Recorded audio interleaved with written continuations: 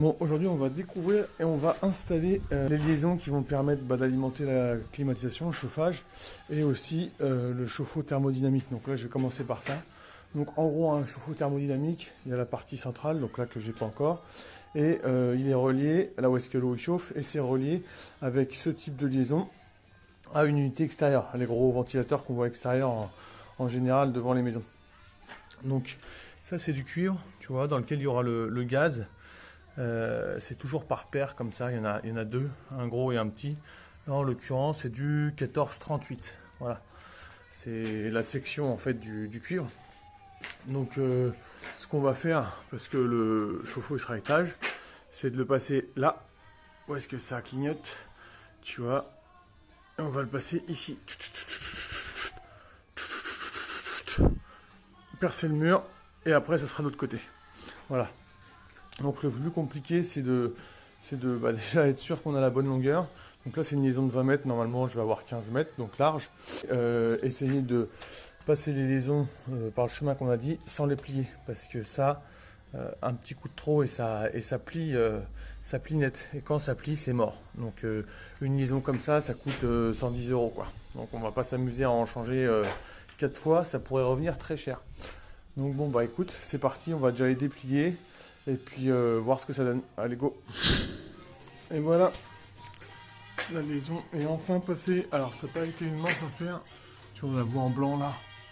Parce que c'est super rigide. Enfin, super rigide, il est plus rigide, mais quand tu dois faire des angles là, faut surtout pas que ça plie. Tu vois, donc quand tu es tout seul, c'est un peu la merde. Donc tu vois. Et là, à côté, le tuyau bleu, ça c'est le PER pour alimentation d'eau du garage. Et l'autre à côté, c'est l'alimentation du chauffe-eau thermodynamique du 7G15, tu vois. Il est là, tu vois.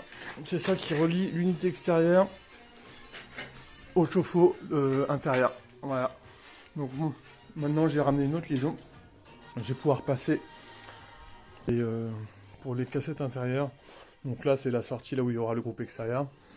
Et on va passer ici. Et ce sera celle de la cuisine qui va se mettre ici. Là, tu vois, tac, tac, tac. Voilà. Bon, allez, c'est parti. Ça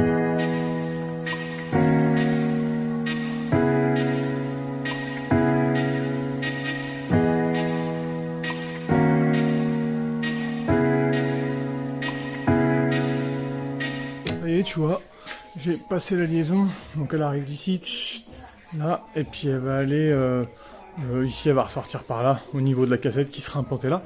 Donc là, j'ai mis des fixations, je les ai pas serrées, parce que ça, après, on doit mettre un câble du 4G15, donc tu vois, c'est ce genre de câble qui va aller directement se brancher au groupe extérieur, donc au même endroit que va sortir la liaison.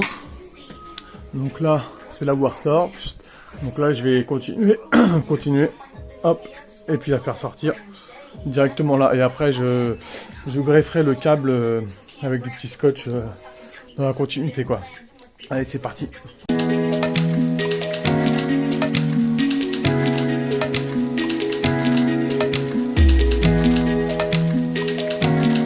là, tu vois, on arrive ici pour éviter de se faire chier avec toute la couronne, parce que là, en fait, on a juste besoin de sortir 1 mètre ici. Et ben, il va falloir le couper, tu vois, clac, et le sortir tranquillement. Sauf que on serait tenté, vu que c'est du cuivre, d'utiliser la disqueuse, sauf que c'est des coups à foutre à limaille à l'intérieur du tuyau, et ça c'est très mauvais. Donc normalement quand on bosse bien, petit coupe tube, tu vois, ou qui a 10 balles.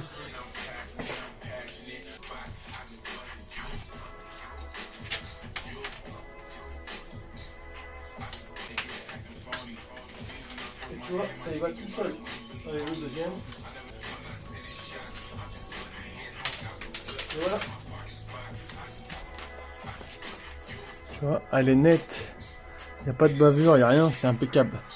Et après, ce qu'il faut, c'est mettre un petit coup de pince là pour appuyer, tu sais, pour les refermer. Pour éviter qu'il y ait de la saloperie qui aille dedans, tu vois. Entre maintenant et puis le jour où on met en service.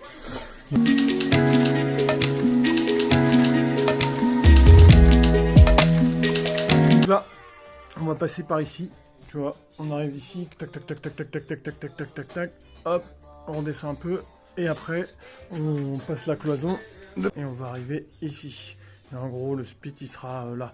Donc, hop, on ressort toujours par la gauche. Donc là, ça va être un peu galère, bah, comme l'autre. Hein. Là, tu vois, j'ai fait une petite bourde en voulant casser le mur. J'ai fait un petit trou dans mon rail. Bon, c'est pas grave. Le rail, il sera pas visible, donc on s'en bat les steaks. Allez, c'est parti.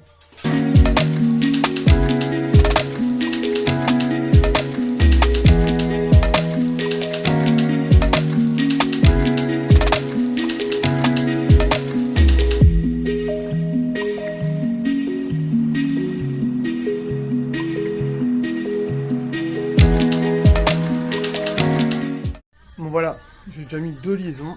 Alors c'est déjà pas mal, tu vois. Ça c'est celle de l'atelier. Voilà comment ça fait de l'autre côté. Donc il y a un truc à faire. On installe une pompe à chaleur comme ça ARR et qu'on a plusieurs liaisons. C'est une bestiole de ouf. Bref, c'est de bien noter le nombre de liaisons qu'on a installées. Donc là on a 780 et sur l'autre j'ai mis 950 quoi. Parce qu'à la fin on va faire le total et c'est pour savoir si on va rajouter du gaz ou pas. Donc voilà derrière comment ça fait. Donc là pour l'instant c'est à la wall again, mais après on rebouchera proprement. Puis il y aura le groupe extérieur qui sera ici. Donc concernant l'avancée du chantier, donc en gros j'ai passé toutes les gaines là. J'ai passé toutes les gaines, à savoir les PER pour l'eau, voilà, lavabo, douche, toilette. J'ai passé tous les câbles, donc ça fait une bonne tricotée pour l'électricité en général. Donc là on voit hein, tout ce qui va pour la cuisine, avec le 6 carré pour la plaque, une ligne directe pour chaque appareil. Et après différentes choses, hein, les interrupteurs, les prises commandées. Voilà, je vais mettre pas mal de télérupteurs pour pouvoir allumer et éteindre de plusieurs endroits. Et puis voilà quoi. Donc bon, ça avance pas mal. Ça avance pas mal, en tout cas le rez-de-chaussée. Après à l'étage, c'est une autre paire de manches, mais ça sera dans un second temps, quand le couvreur passera. Mais en tout cas, non, ça avance bien. Ça avance bien, tu vois. Là pareil, j'ai passé un PER pour l'alimentation du garage, et puis faire un petit lave-main dans l'atelier, tu vois. Puis bon voilà, les câbles pour les RJ45, ça c'est la lime pour alimenter le tableau qui sera dans le garage, parce que du garage on va faire un second tableau pour alimenter la borne de recharge, l'éclairage dans l'extérieur, la terrasse, tout ça. Donc je repars avec un gros câble là, et puis un tableau. Et puis voilà quoi. Donc c'était une bonne étape. Demain je vais attaquer la laine de verre, pose de laine de verre, tu vois, pour séparer le plafond du rez-de-chaussée de l'étage, pour garder la chaleur, puis faire un peu d'isolation phonique, quoi. Et puis voilà. En tout cas, faut être courageux, parce que sinon, tu lâches l'affaire rapidement. Mais bon, quand tu sais où tu vas, en général, tu as la motive, tu visualises ce que tu vas faire, et puis ça se fait tout seul, entre guillemets. J'ai mis en attente là la réservation pour l'insert, tu vois. Donc là, ça va être un petit boulot sympa aussi. Donc comme ça, on aura un insert fermé. Voilà, en appoint. Ça sera un truc qui permettra de faire un appoint de chauffage.